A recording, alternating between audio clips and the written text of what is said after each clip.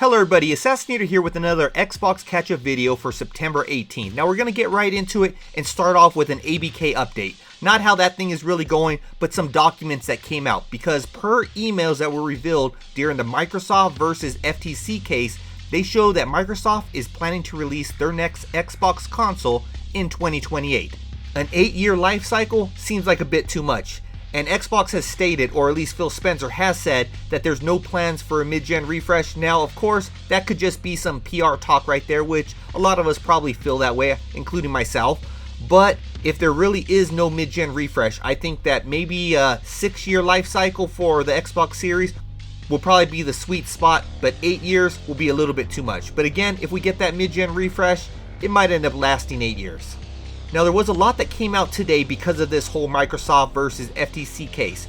So something else that came out in a document is that Elder Scrolls 6 will be skipping the PS5 and isn't coming until at least 2026. Now, in previous videos, I talked about, 2029, 2030 based upon Todd Howard's comments. So I'm still thinking it's going to take a pretty long time for them to come out. I'm thinking maybe 2028 the soonest based off of all this info. But for them to hit 2026, I don't think that's going to happen. I think that Todd Howard, Bethesda, and Xbox is going to want to spend at least a year and a half on just polishing once the game is, quote, finished.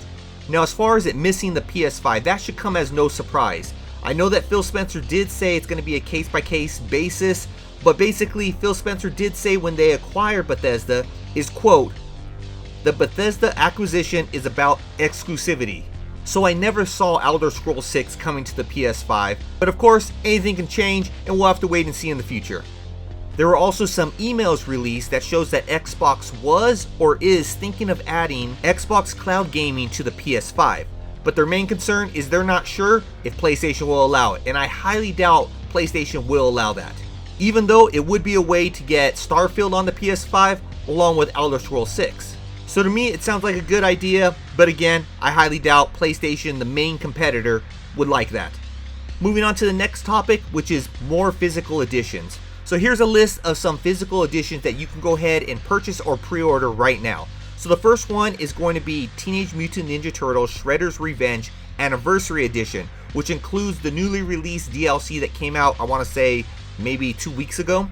Now, the physical edition is available for pre-order through Limited Run Games and has an MSRP of $34.99 and is available for pre-order right now.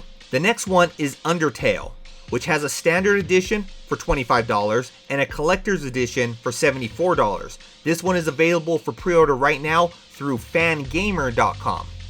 And last but not least, I don't know anything about this game other than it's called Plumbers Don't Wear Ties. It will be distributed through Limited Run Games. Pre-orders will open on September 22nd. It will have an MSRP of $34.99, but if you want the digital release, it comes out on December 8th. Now for me, I am a collector, so therefore I try to purchase as many games as possible physically, especially when they're available physically. I'm probably going to be getting the Teenage Mutant Ninja Turtles Shredder's Revenge Anniversary Edition. I do have the regular edition, but I want the edition with that DLC, and also Undertales. Now the Plumbers Don't Wear Ties, I'm going to have to look into that one, but most likely that will be a pass. Now there has sort of been an update on the Game Pass subscriber count. Not officially from Xbox, but a LinkedIn profile stated that Game Pass had 30 million plus subscribers. But shortly after that was posted, it got taken down and the profile was updated, removing that Game Pass number. Then a day later, the profile was updated again, only showing 25 million, which is the last number that Microsoft made public. So 30 million is probably the number, but Xbox just doesn't want to divulge that info just yet. They're probably waiting for their time to actually announce that. But they're probably going to announce the overall Game Pass number at this point, which is going to include Xbox Live Gold members because obviously they switch over to a Game Pass member now. So I'm thinking the next number we're going to hear is between 40 million and 45 million. But again, we'll have to wait and see. Now there are 3 games coming to Game Pass this week. 3 day one games. So the first one is Lies of P, which was due to release tomorrow, September 19th, but the publisher lied to us. I mean, Lies of P, come on. They had to lie to us because they released it a day early. You usually don't get that. But you can go ahead and play the spiritual Bloodborne successor if this is a game that you wanted to check out. Then on September 20th, we get the party game Party Animals. which looks like a lot of crazy fun. I'm probably going to be playing that with family. And then on September 21st, we get PayDay 3. So 3 games I want to check out, all releasing within 4 days of each other.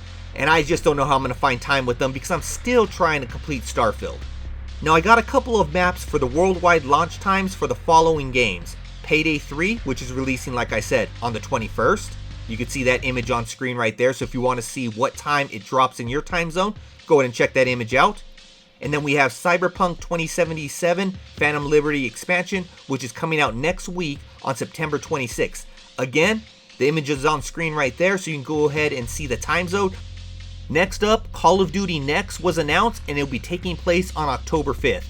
It'll give you an extended look at the campaign and multiplayer for Modern Warfare 3, along with the reveal of the new zombie mode, and an update on the future of Warzone. So if you're interested in Call of Duty, look forward to that event, again, on October 5th. Now an update on how Starfield is doing. It is the 5th fastest selling game across all Europe this year. It came out ahead of the big titles like the Resident Evil 4 remake and even Final Fantasy 16. It is even the biggest Xbox launch title this generation, ahead of Forza Horizon 5, which was massive when it came out. Now last but not least is that Capcom will be at the Tokyo Game Show on September 21st, and their event will be taking place at 7 a.m. Pacific Standard Time. Now I know that there's a lot of things that Capcom can announce and probably will announce, but one of the big things I'm looking forward to is Exoprimal. Now that was released not too long ago, but we will be getting the Update 2. Now I'm hoping that Update 2 will include the Street Fighter collaboration, which will include the Gaio and Ryu armors. Because I would like to get back in. If they end up adding more content, I will get back in and play it. So it's one of those things. Hopefully eventually I'll end up hitting that 100,000 kills in there, and I'll end up getting my last achievement before they end up taking this game down, because I don't think it has long legs. That's just my opinion on it. Let me know in the comments below. Are you still playing Exoprimal? Are you still enjoying it? Because it does kind of become repetitive, especially after you complete the story. But for me, I can go back every once in a while and still enjoy playing. Now that's all the topics for today. Hopefully you enjoyed this video. If you did, make sure to hit that like button. But until next time, Assassinator out.